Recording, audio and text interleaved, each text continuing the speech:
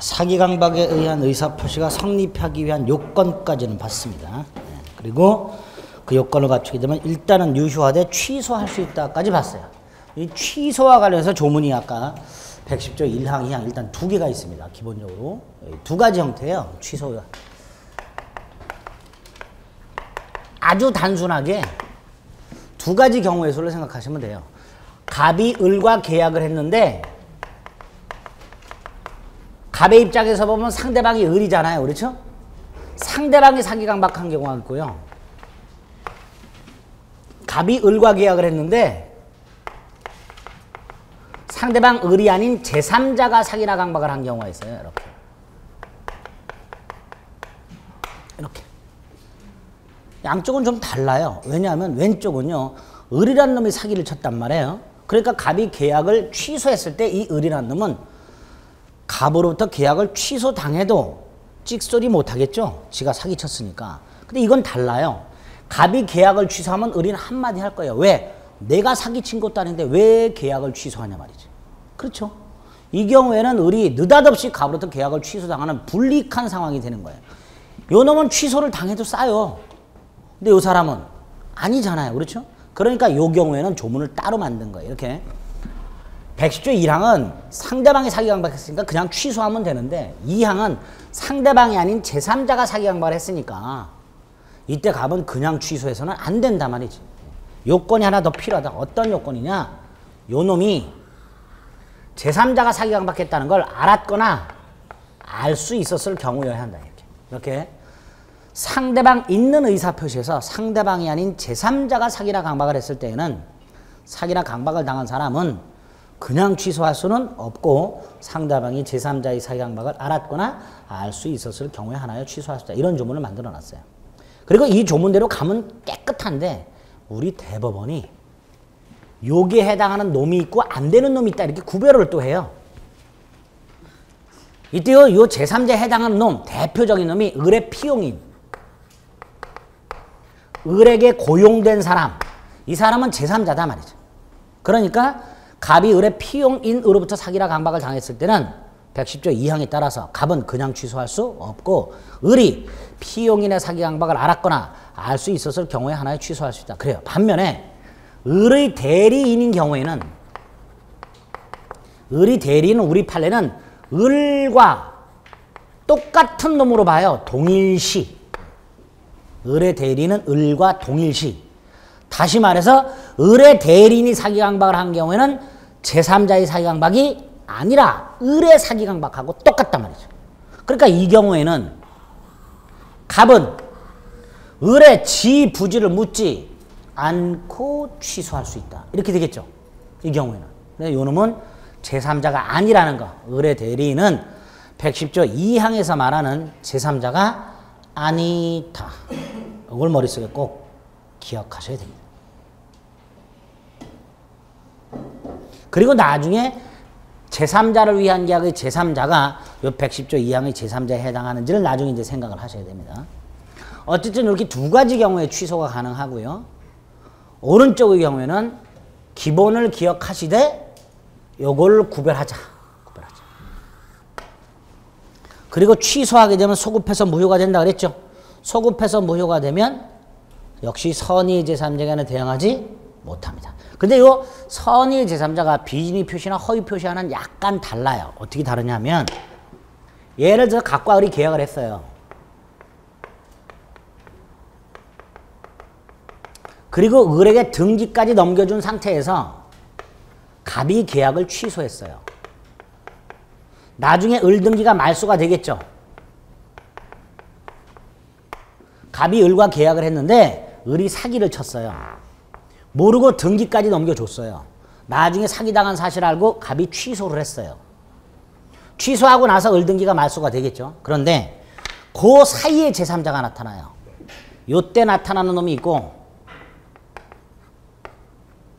취소하기 전에 갑이 을과의 계약을 취소하기 전에 을과 거래한 병이 있을 수 있고 갑이 을과의 계약을 취소는 했지만 을 등기가 말소가 되기 전에 을과 거래한 병이 있을 수가 있어요. 이렇게 사기나 강박을 이유로 취소한 경우, 착오를 이유로 취소한 경우에 나타나는 제3자는 취소되기 전에 나타난 놈이 있을 수 있고 취소 후에 을등기가 말소가 되기 전에 나타나는 놈이 있을 수 있어요. 두 놈이 있을 수 있는데 우리 대법원은 요 놈이 언제 등장했는지를 따지지 않는다. 취소 전에 등장했든 취소 후에 등장했든 선의라면 얘는 보호된다. 이렇게 얘기합니다. 그래서 제3자가 등장한 시기가 취소 전인지 취소 후인지를 묻지 않고 제3자는 선이라면 보호된다. 이렇게 얘기하게 됩니다. 그렇게 하나를 추가해서 기억을 해주시면 됩니다. 그래서 106페이지에 보면 제3자의 사기강박의 경우에 양가로 1번, 그 다음에 양가로 3번. 요걸 좀 구별해서 기억을 해주시면 되겠습니다. 밑에 관련 판례가 첫 번째 칸이 있죠. 상대방의 피용자이거나 상대방의 사용자 책임을 져야 할 관계에 있는 피용자에 지나지 않은 자는 110조 이하의 제3자의 사기강박에 해당된다. 그렇죠? 피용자는 110조 이하의 제3자에 해당한다. 그러나 대리인은, 을의 대리인은 110조 이하의 제3자가 아니라 을과 똑같이 본다. 구별하실 수 있겠죠? 네, 구별하셔야 됩니다. 그 정도 확인하시면 됩니다. 한 장 넘깁니다. 효과. 무효가 되고 제3자는 보호가 되면서 제3자의 범위가 확장이 됩니다. 세 번째 줄. 제3자의 거래 행위가 취소 전에 있었던 취소 후에 있었던 가릴 필요 없이 선의 제3자는 보호된다. 즉 선의 제3자에게 대항하지 못한다. 이렇게 얘기하게 됩니다. 이렇게 취소와 관련된 110조 1항과 2항 그리고 제3자의 범위와 관련된 내용들을 정리하시면 됩니다. 자, 마지막으로 이제 타 제도와의 관계가 있는데요. 그 중에서 양가로 1번 차고와 사기는 아까 선택적이라고 그랬죠. 예? 이때 차고와 사기는 아무 때나 차고와 사기가 선택적이 되는 게 아니라 이건 안 돼요. 이건 차고만 된다 그랬어요. 이거 선택적이라 그러면 큰일 나요. 의사표시가 불일치할 때는 뭐만 인정되는 거예요? 차고만. 그럼 사기와 차고가 모두 동시에 인정되고 선택적이라는 건 아까도 말씀드렸듯이 유발된 동기의 차고의 경우. 그때는 차고도 될 수 있고 사기도 될 수 있고 이럴 때는 뭐다? 선택적이다. 이런 뜻이. 아시겠죠? 또 하나가 불법행위 책임인데 갑이 을로부터 계약을 했는데 을과 계약을 했는데 을로부터 사기를 당했어요. 그럼 갑은 사기를 이유로 계약을 뭐 할 수 있고 취소할 수 있고 을한테 불법행위 손해배상을 청구할 수가 있어요. 이때 갑이 을과의 계약을 취소하는 거 하고요. 을에게 손해배상을 청구하는 건 중첩적으로 행사할 수 있습니다. 계약을 취소한다는 건 말 그대로 계약을 무효로 돌리는 거고요. 손해배상은 별개의 문제죠. 그러니까 취소와 손해배상 청구는 중첩적으로 행사할 수 있다. 이렇게 됩니다. 다만 중첩적으로 행사할 수 있다. 이지 행사하여야 한다는 아니에요.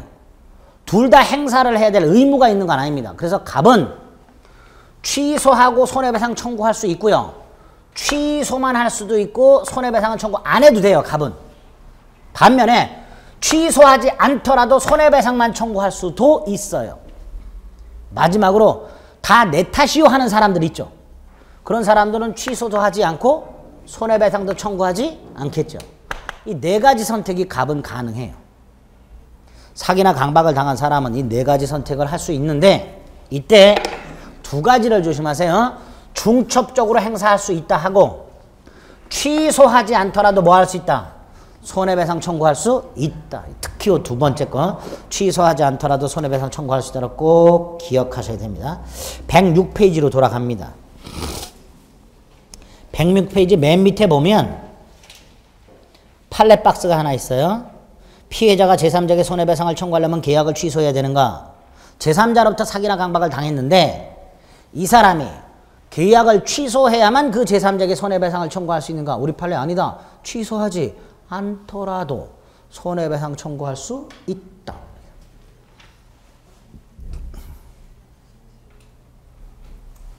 꼭 기억하셔야 되고요. 그 다음에 또 하나 좀 추가해서 기억하실게요. 108페이지에 보면요. 다시 108페이지로 돌아가서 맨 밑에 판례 박스가 하나 있습니다. 이거 헷갈리시는 분들이 많은데요. 여기를 잠깐 보세요.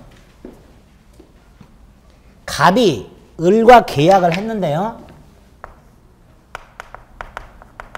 사기를 만약에 당했어요. 그럼 취소할 수 있다 그랬어요.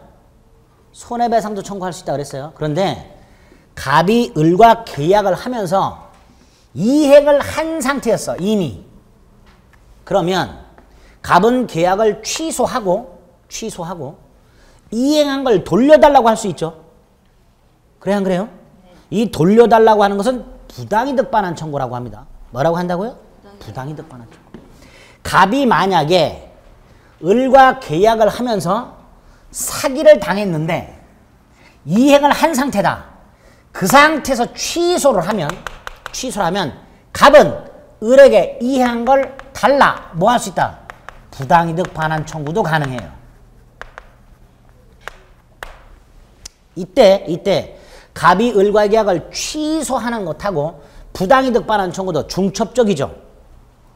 취소를 하고 돌려달라 그러는 거니까. 그렇죠? 근데 이 갑의 부당이득 반환 청구 속에는 손해배상이 포함되어 있어요. 갑의 을에 대한 부당이득 반환 청구에는 뭐가 포함되어 있다고요? 손해배상. 그러니까 갑은 을에게 준 것만 돌려달라가 아니야. 내가 준 거 돌려주고 앤드 뭐까지? 손해까지 배상하라가 이거예요. 그러니까 갑이 계약을 취소한 후 부당이득 반환을 청구했다면 이미 손해배상이 들어있으니까 이건 따로 청구할 수 있다 없다? 없다 이렇게 되어 있죠. 그래서 요 부당이득 반환 청구하고 요 손해배상 청구는 중첩적으로 행사할 수가 없고 선택적으로만 행사하게 됩니다. 그게 맨 밑에 있는 그 판례예요. 이거하고 이걸 헷갈리시고 취소와 손해배상 청구는 중첩적이고 취소 후에 행사하는 부당이득 반환 청구하고 손해배상 청구는 중첩적이 아니라 선택적입니다. 둘 중에 하나만. 요걸 헷갈리시면 안 돼요. 아시겠죠? 이렇게 분명히 구별해서 말씀드렸음에도 불구하고 이 판례를 갖고 와가지고 아니 중첩적으로 행사할 수 있다 그랬고 이건 중첩적으로 행사 못한다. 결론만 보고 저한테 따지시는 분들이 계시는데 저는 분명히 구별해서 말씀드렸습니다. 예? 구별해서 머릿속에 담으셔요. 여기까지가 비정상적 의사표시 4가지에 대한 우리 민법의 규정 및 이에 관한 내용 그리고 판례들입니다. 이 정도 알고 계시면 충분합니다. 됐죠? 자, 만약에 의사표시가 정상적이야. 그럼 정상적으로 효력이 생겨야죠? 이때는 언제 효력이 생기느냐의 문제가 하나 남습니다. 그래서 마지막으로 오른쪽 의사표시 효력 발생이라고 해서 조문이 3개가 있습니다. 암기해야 될 조문입니다. 111조, 112조, 113조. 암기할 수 있죠? 어떻게? 자꾸 읽으면 돼요. 자꾸 읽으면 외워져요. 자, 첫 번째 111조가 의사표시의 효력이 언제 발생하는가? 의사표시 효력 발생 시기에 관한 문제입니다.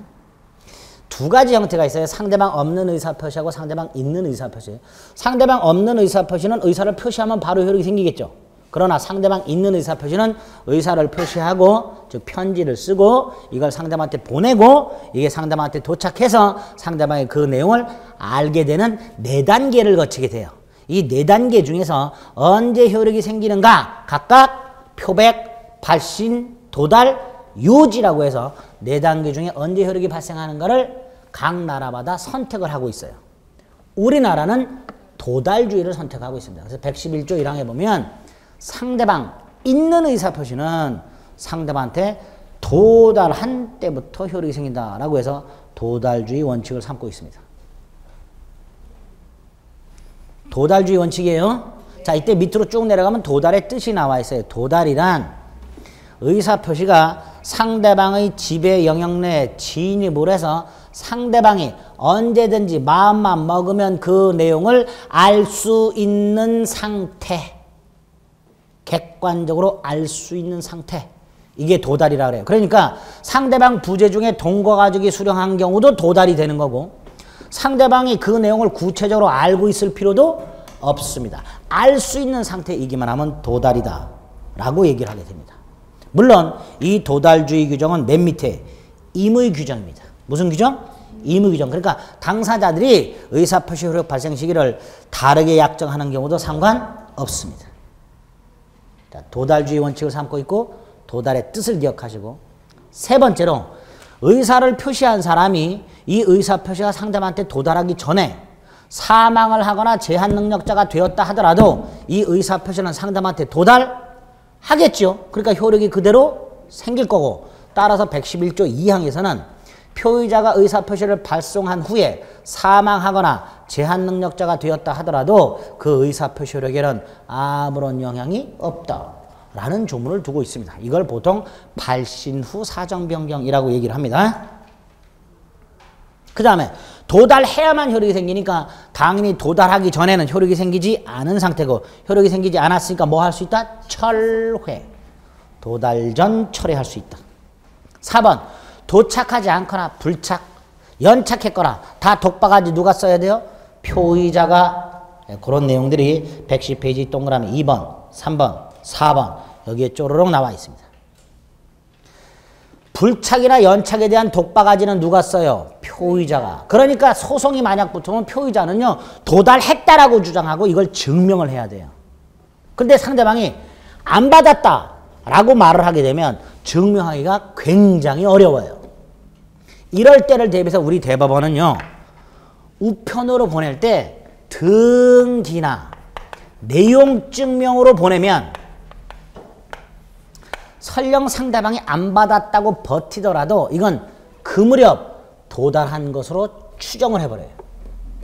일반 우편으로 보냈을 땐 추정을 안 해줘요. 그런데 내용 증명이나 등기를 보내면, 보통 등기 같은 것들은 상대방 확인하고 사인 받잖아요. 그러니까 이 경우에는 도달한 걸로 추정을 해버립니다. 그러니까 내가 중요한 의사표시를 상대방한테 우편으로 보냈는데 상대방이 못 받았다고 배를 찔 때를 대비해서는 보낼 때 돈 좀 써야 되죠. 250원짜리 일반 우편 붙이지 말고 우체국 가서 내용 증명이나 뭐로 보내라? 등기로 보내라 말이지. 그러면 그 무렵 도달한 걸로 추정할 것이다. 이렇게 얘기하게 됩니다. 됐죠? 자, 요 정도가 도달해서 기억하실 거고요. 이렇게 도달주의를 취하고는 있으나 예외적으로 발신주의를 취하는 경우가 있어요. 우리 민법에. 우리 시험범위 3개가 있어요. 무권 대리 행위에 대해서 상대방이 본인에게 최고했을 때 본인의 확답. 그 다음에 격자간의 승낙 통지 발송 시 계약 성립. 마지막으로 사고에 한 연착에 대해서 청약자가 미리 지연 통지 발송. 3가지가 예외적으로 발신주의를 취하고 있는 경우인데 요거는 각각 무권 대리하고 계약법 가서 확인시켜 드릴 겁니다. 오른쪽에 111페이지 보면 일단 2개가 나와 있어요. 531조하고 131조. 나중에 각각 무권 대리하고 계약 가서 말씀을 드릴 겁니다. 상대방 있는 의사표시는 이렇게 도달주의를 원칙으로 하되 예외적으로 무슨 주의를 취하는 경우가 있다? 발신주의. 두 번째 문제되는 게 상대방 있는 의사표시에서 상대방한테 도달을 시켜야 되는데 상대방이나 상대방 소재를 모르는 경우가 있을 수 있죠. 자, 모를 때는 일단 찾아봐야 돼요. 찾아봤는데도 몰라. 과실이 없는 거죠. 찾아봤더라면 알 수 있었는데 찾아보질 않아서 몰랐어. 이땐 과실이 있는 거죠. 과실이 있을 때는 안 되고 과실이 없이 상대방 또는 상대방 소재를 알 수 없을 때, 이럴 때는 민사소송법에서 공시송달에 의해서 도달을 시킬 수 있도록 해놨습니다. 요건은 간단해요. 상대방 또는 상대방 소재를 알지 못할 것 and 과실이 없을 것. 과실이 없다는 건 찾아봤는데도 모르나 이런 뜻이에요. 그럴 때는 민사소송법상 뭐에 의할 수 있다? 공시송달. 공시송달 절차는 간단해요. 법원에다가 공시송달 명령을 신청하고요. 법원이 요건을 갖추면 공시송달 명령을 해요. 공시송달 명령을 하게 되면 법원 사무관에게 상대방한테 보내야 할 의사표시를 보관을 시키고 그 사실을 법원 게시장에 게시를 합니다. 이게 공시송달이에요. 물론 공시송달을 신청한 자의 비용으로 관보나 일간지의 공고를 명할 수는 있습니다. 근데 관보나 일간지의 공고는 옵션이에요. 옵션이고 어디까지가 공시송달이다? 게시장에 게시.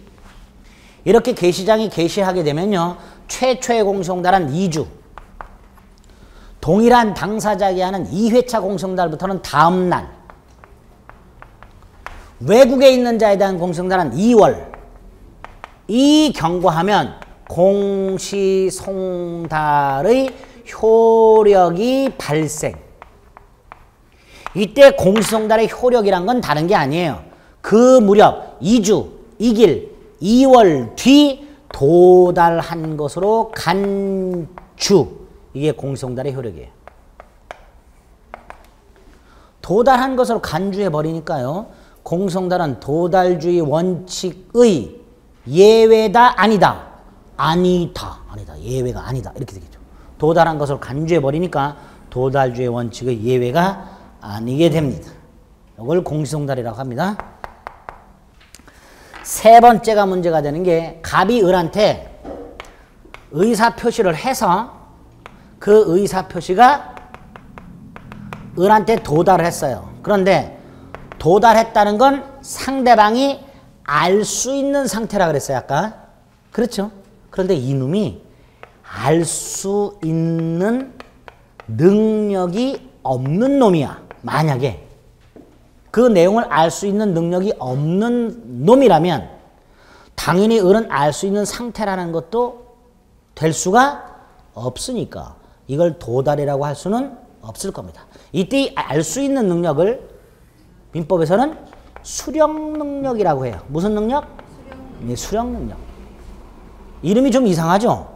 알 수 있는 능력이니까 요지 능력이라고 해야 되는데 수령 능력이라고 이름을 붙여요. 그리고 이 수령 능력이 없는 애들이 있어요. 제한 능력자.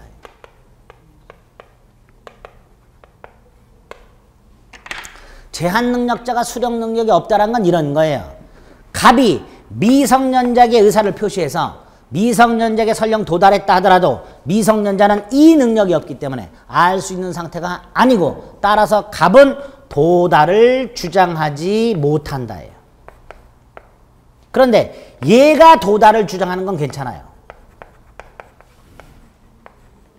그럼 조문이 뭐라고 돼 있을까요? 대항하지 못한다. 이렇게 돼 있어요. 뭐라고 돼 있다고요? 대항하지 못한다.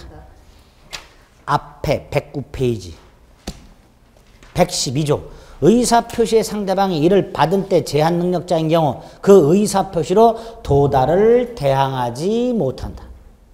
대항하지 못한다의 뜻은 뭐라고요? 표의자는 도달을 주장할 수 없으나 제한 능력자가 도달을 주장하는 것은 무방하다. 이런 의미라고 그랬습니다. 두 번째로 그럼 얘는 언제 도달을 주장할 수 있을까요? 갑은 을의 법정대리인이 도달을 안 후 알았거나 알 수 있었을 경우가 아니에요. 안 후입니다. 조심하셔야 돼요. 제한 능력자의 법정대리인이 도달을 안 후에는 표의자도 도달을 주장할 수 있다. 조심하셔야 됩니다.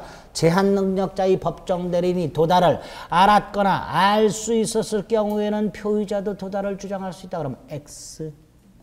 조문이 안 후라고만 되어 있습니다. 이런 거 깜빡하시면 안 됩니다. 세 번째로 조심하실 게 이 수령 능력의 문제는요. 얘가 미성년자인 경우를 의미합니다. 만약에 능력자한테 보냈는데 아버지한테 보낸 편지를 아버지 분의 중에 미성년자가 받았어요. 이건 수령 능력과는 아무 관계가 없습니다. 그래서 이 수령 능력의 문제는 미성년자한테 보낸 의사표시가 문제가 되는 거예요. 성년자한테 보냈는데 성년자가 부재 중에 미성년자가 받았다. 이건 수령 능력과는 아무 관계가 없습니다. 세 번째 조심하실 거고요. 마지막으로 이 수령 능력이란 도달을 전제로 하지요. 따라서 도달과 아무 관계가 없는 것들 예컨대 상대방이 없는 의사표시 도달과 아무 관계 없죠. 발신주의를 취하는 경우 도달하고 아무 관계 없죠. 공시송달의 경우 도달로 간주해버리죠.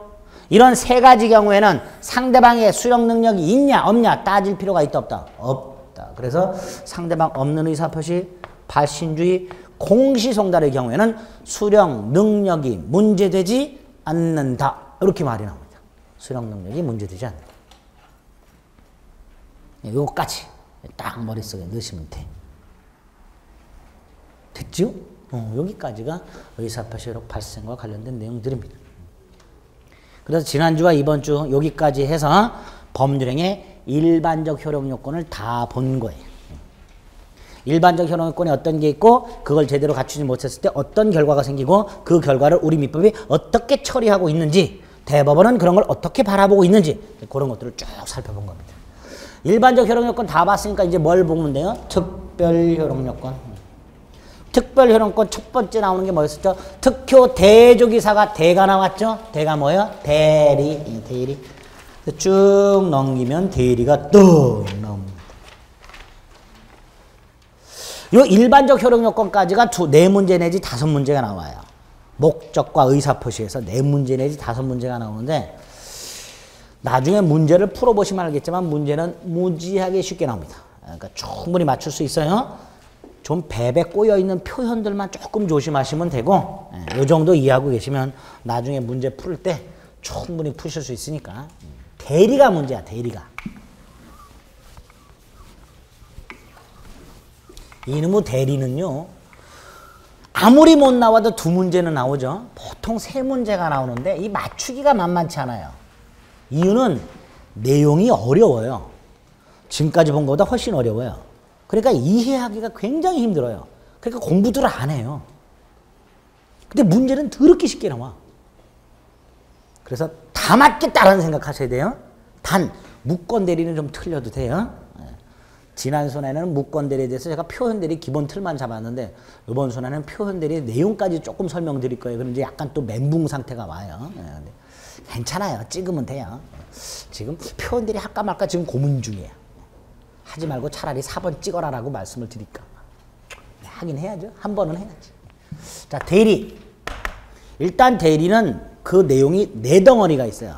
대리 총설이라고 해서 대리의 일반적이고 기초적인 내용. 이걸 알아야 대리를 공부하는 거예요. 일단은. 그 다음에 대리의 삼면관계라는 게 한 덩어리 나와요. 이 대리의 삼면관계는 특히 시험 문제 이렇게 나와요. 다음 중 대리에 관한 설명으로 옳은 것은 틀린 것은. 단도직입적으로 그냥 이렇게 물어봐. 다음 중 대리에 관한 설명으로 옳은 것은 틀린 것은. 그러면 여기서 물어보는 거예요. 전체적으로. 굉장히 쉽게 나옵니다. 복대리라는 놈이 하나 나와요. 이거 단독 문제로 나오고 이거 무조건 맞으셔야 돼요. 무권 대리가 나와요. 이거 틀려도 돼. 틀려도 돼. 이렇게 4덩어리가 있어요. 대리 총설, 대리 삼면관계, 복대리, 무권 대리. 복대리에서도 한 문제 나오고 무권 대리에서도 한 문제 나와요. 복대리는 무권 대리의 내용의 10분의 1밖에 안 돼. 쉽기도 무지하게 쉬워. 뭐에 중점을 두자? 복대리. 열심히 해서 맞춰야 돼. 근데 무권 대리보다도 복대리를 더 어려워하시는 분들이 많아요. 개념만 딱 잡으면 굉장히 쉽습니다. 일단 이렇게 4덩어리가 있고요. 127페이지에 보면 제1관 대리제도라고 해서 대리 총설을 말합니다. 자, 여기 대리제도에는 뭐 대리제도의 의의가 일단 나올 거고요. 기능이 나와요. 대리가 왜 필요한가. 구별 개념이 나오고요. 대리행위에 친한 행위, 친하지 않은 행위가 나와요. 대리의 종류가 나오고요. 씨잘데기 없이 대리 본질론 뭐 이런 게 나와요. 이 본질론 이런 거 몰라도 돼. 본질이 뭔지 우리가 꼭 알 필요가 있나? 없어. 뭐 이런 거 필요 없어. 삼면관계 기본 틀이 나와요. 이런 것들이 대리 총설에서 나와요. 내용이. 자, 먼저 대리의 뜻을 먼저 정확하게 좀 이해를 합니다. 갑이라는 자가 A 토지가 있는데요. 이걸 팔아야 돼요. 자기가 매수자를 물색해서 팔면 되죠. 바빠. 그래서 얼마 전에 자격증을 중개사 자격증을 딴 친구 을을 물색을 해서 을한테 팔아달라고 부탁을 해요. 이때 을은요. 을이 만약에 매수자를 물색을 하고 병한테 팔아야 되겠다라고 의사를 결정 짓고요. 을이 병에게 표시 행위를 하게 될 거예요. 자, 의사를 결정짓고 표시행위를 하는 걸 우리가 법률행위라 그랬어요. 그러면 을이 법률행위를 하겠죠?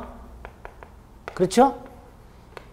법률행위를 하게 되면 권리 의무가 생겨요. 계약이에요, 이거. 권리 의무는 누구한테 생겨요? 요게 효과귀속이라고 해요. 자, 보통의 법률행위를 한번 생각해 봅니다. 제가 지난 순간에는 중국집 친구하고 들어가면서 음식 주문을 부탁하는 걸 말씀을 드렸어요. 갑이 을에게 내 거 좀 주문해 달라고 부탁을 해요. 그럼 을이 갑이 먹을 음식을 결정하겠죠? 주문도 을이 하겠죠? 그렇게 나온 음식은 갑이 먹고 돈도 갑이 내겠지요. 3단계예요. 계약을 한다는 건 의사를 결정하고 표시를 하고 그에 따라서 효과가 생기고 이게 3단계인데 보통이라면 갑이 먹을 음식은 갑이 결정을 짓고요. 주문도 갑이 해요. 먹는 것도 갑이 먹고 돈도 갑이 내지요. 이게 보통의 법률행위예요. 그런데 갑이 을에게 음식 주문을 부탁을 하게 되면 갑이 먹을 음식을 누가 결정하고 을이 결정을 하고 주문도 누가 하고 을이 하고 먹고 돈 내는 건 누가? 갑이. 이런 게 대리예요. 이런 게. 그런데 이 대리하고 비스무리한 게 있어요. 사자라고. 사자는 둘이 있어요. 표시기관으로서의 사자와 전달기관으로서의 사자가 있는데 다 필요 없고 표시기관으로서의 사자를 생각을 해봅니다. 갑이 음식점을 들어갈 때 짜장면을 먹겠다라고 갑이 결정을 했어요. 결정을 했는데 화장실을 갔다 와야 되겠어. 그래서 을한테 부탁을 해. 내 거 짜장면 좀 주문해 줘. 이렇게. 난 짜장면 이렇게 갑이 을한테 말했어요. 그러면 결정은 갑이 했지만 주문은 누가 해요? 을이 하죠. 먹는 건 갑이 먹고 돈도 갑이 내죠. 이런 걸 사자라고 해요. 표시기관의 사자. 다만 중국집 사장님 입장에서는 요놈과 요놈이 구별이 안 되죠. 왜? 갑이 먹을 짜장면을 누가 주문하니까? 을이 주문하니까 중국집 사장님 입장에서는 요놈과 요놈이 구별이 안 돼요. 구별이 안 되지만 우리는 구별하자 말이죠. 뭘 가지고? 의사를 누가 결정하느냐. 대리라는 것은 의사를 결정하고 표시 행위를 하는 자, 즉 법률 행위를 하는 자와 그 효과가 귀속되는 자가 분리가 되는 제도이니까 당연히 의사는 갑이 결정하고 표시만 을이 하는 사자와 대리는 구별하자 이렇게 나오게 되는 거예요. 사자와 대리는 구별하자. 이렇게 사자와 대리를 구별하고 난 다음에 착오를 구별하실 수 있어야 돼요. 뭘 구별하자고요? 자, 대리의 착오는 어떤 걸 말할까요?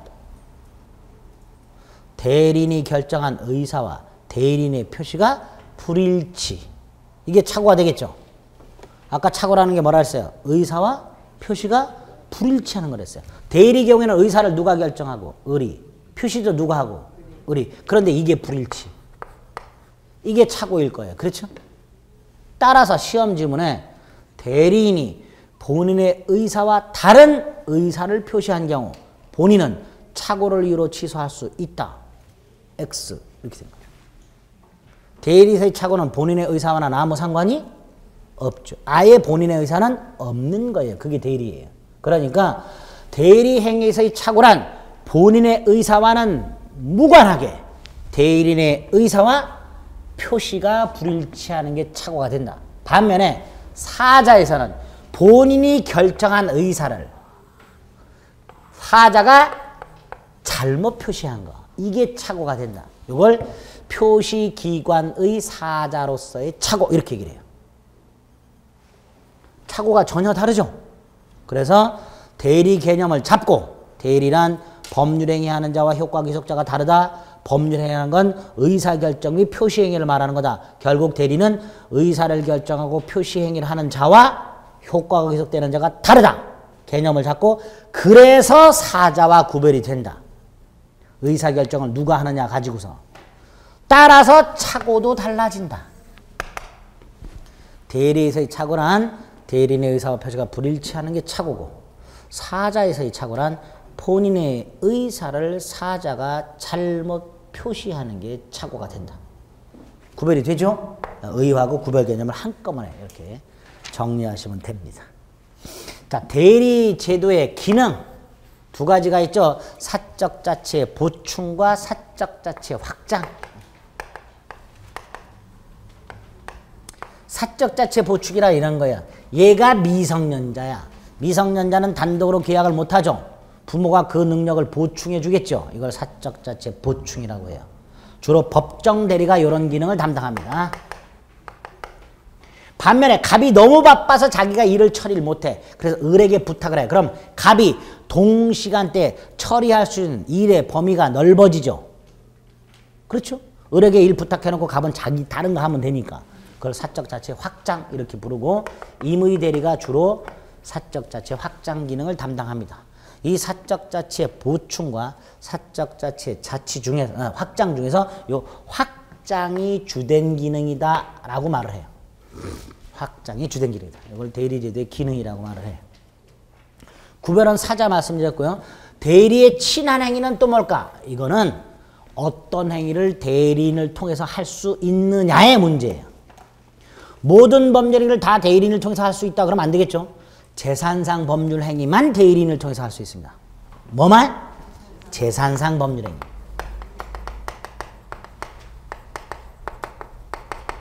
그러면 당연히 법률 행위가 아닌 것들, 우리가 앞에서 봤던 준법률 행위, 사실행위, 불법행위, 이런 것들은 대리인을 통해서 할 수 있다 없다?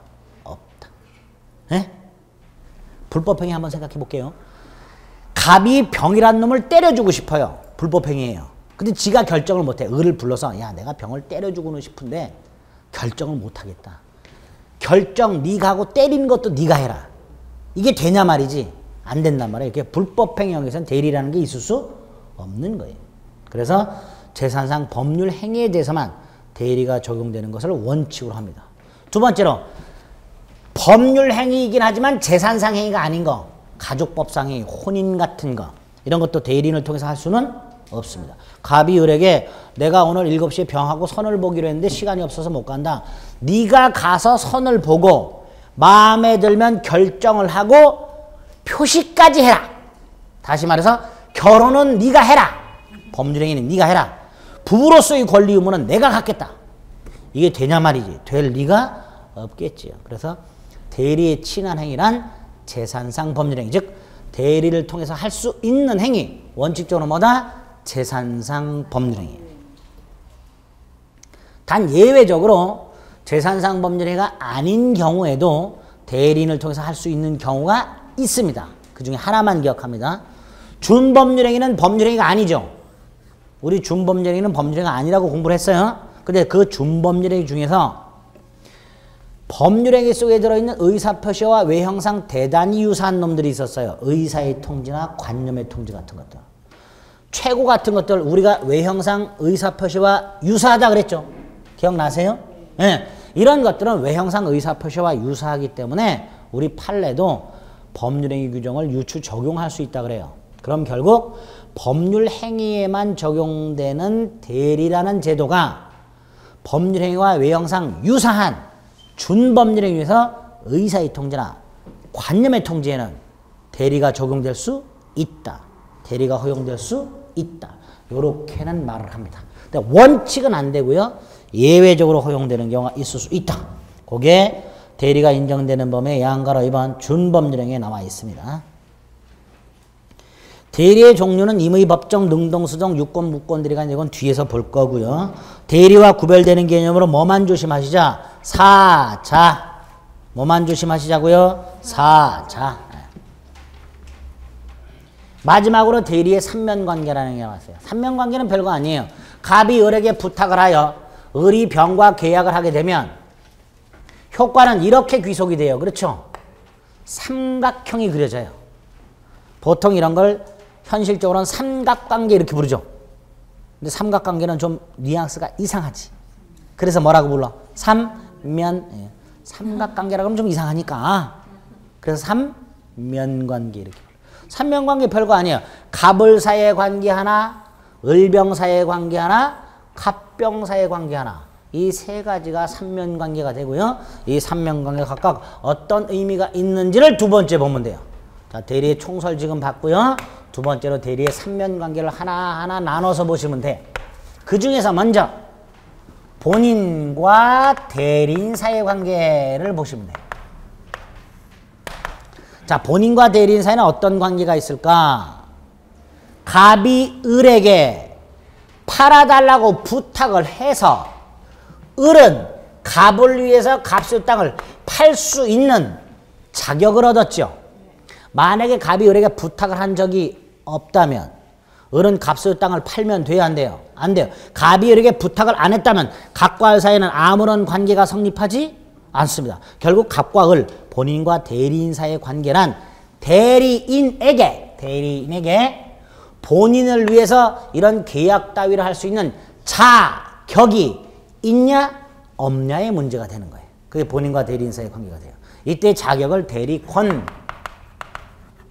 부르게 됩니다. 그래서 결국 본인과 대리인 사이의 관계에서는 대리인에게 대리권이 있냐 없냐의 문제, 이걸 판단하면 돼요. 자, 그럼 대리권이 있냐 없냐를 판단하려면 대리권이 뭔지부터 알아야 되죠. 그렇죠? 이게 어떻게 생기는지도 알아야 되죠. 생겼다면 어느 범위에서 할 수 있느냐를 따져야 되겠죠. 에? 특히 이 범위 같은 건 아까 중국집 같은 거 문제가 생긴다 해서 갑이 을에게 나 먹을 것 좀 주문해줘 그랬을 때 갑이 부탁을 하면서 범위를 정하지 않으면 을은 중국집에 있는 모든 요리를 다 시킬 수 있단 말이에요. 그렇죠? 그러니까 범위를 딱 정해준다. 범위 문제가 나와. 제한의 문제도 나오게 될 것이고요. 남용이라는 게 하나 나와요.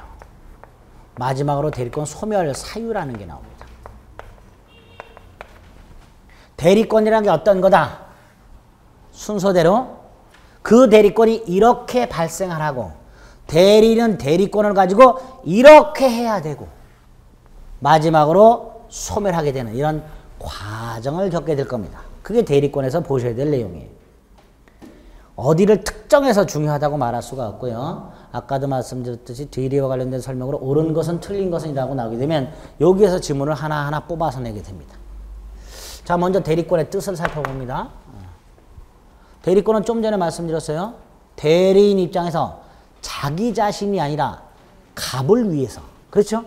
타인을 위해서 계약 따위를 할 수 있는 자격을 말한다 그랬습니다. 이렇게 대리권이란 본인, 즉 타인을 위해서 일정한 법률 행위할 수 있는 자격 또는 지위를 말을 하게 되고요. 이 대리권이란 대리인 자신을 위한 게 아니라 타인을 위한 거죠. 이렇게 타인을 위해서 뭘 할 수 있는 지위나 자격을 권한이라고 해요. 뭐라고 한다고요? 권한. 자기 자신을 위한 건 권한이라고 하지 않고 뭐라고 해요? 권리. 그러니까 대리권은 당연히 권리가 아니에요. 권한이에요. 권리가 아니니까 대리는 의무 따위도 부담하지 않습니다. 의무가 없으니까 책임 따위도 지질 않아요.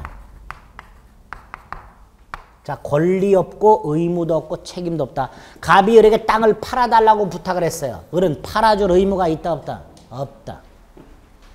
을이 갑을 위해서 팔아줬다 하더라도 을이 갑에게 수수료를 요구할 수 있는 권리가 있다 없다? 없다. 1억짜리를 팔아달라고 했는데 얼마를 받아달라 소리 안 했다. 을이 10,000원에 팔았다. 책임진다 안 진다? 안 진다. 그래서 대리권은 특징이 권리 없고 의무 없고 아무런 책임도 지지 않는다. 이게 대리권이 존재하는 이유입니다. 특히 아무런 책임도 지지 않는가. 중요합니다. 권리도 없고 의무도 없고 책임도 지지 않는다. 대리권의 개념을 정확하게 잡아주셔야 돼요. 두 번째로 이 대리권이 어떻게 생길까? 두 가지가 있어요. 본인의 의지와는 무관하게 법률 규정이나 지정권자의 지정행위나 가정법원의 선임을 통해서 발생하는 대리권이 있습니다. 이걸 법정 대리권이라고 합니다. 대표적인 게 미성년자의 부모, 친권이라는 법정 대리권을 갖고 있습니다. 또 혼인신고한 법률혼 부부 사이에서는 각자 상대방의 일상가사와 관련된 일을 대신해 줄 수 있는 일상가사 대리권이라는 게 있어요. 그러니까 남편이 부인에게, 부인이 남편에게 별다른 부탁을 하지 않았다 하더라도 각각 배우자의 일상가사와 관련된 것들을 해 줄 수 있는 법정 대리권이 부부 사이에는 존재합니다. 본인의 의사와는 무관하게. 반면에 본인의 의사, 표시에 의해서 생기는 대리권이 있어요. 이걸 임의 대리권이라고 합니다. 갑이 땅을 팔아야 되는데 친구한테 부탁을 해야 돼요. 누구한테 부탁할까 고민하다가 얼마 전에 중개사 자격증을 딴 을에게 부탁을 해야지 라고 의사를 결정하고 을한테 가서 팔아줘 라고 표시하게 되면 그 갑의 의사 표시대로 을에게 대리권이 발생하게 됩니다. 자, 본인 갑의 의사 표시한 대로 을에게 대리권이 발생하니까 이 본인의 의사 표시는 법률 행위라고 할 수 있겠죠? 법률 행위란 행위한 자의 의사 표시한 대로 결과가 생기는 게 법률 행위니까 결국 임의 대리권은 본인의 법률 행위에 의해서 발생하는 대리권을 말하게 됩니다. 이때 임의 대리권을 발생시키는 본인의 법률 행위를 따로 수, 권, 행위라고 이름을 붙여요. 수권행위라고 이름을 붙입니다. 이 수권행위 뜻이 뭐고요?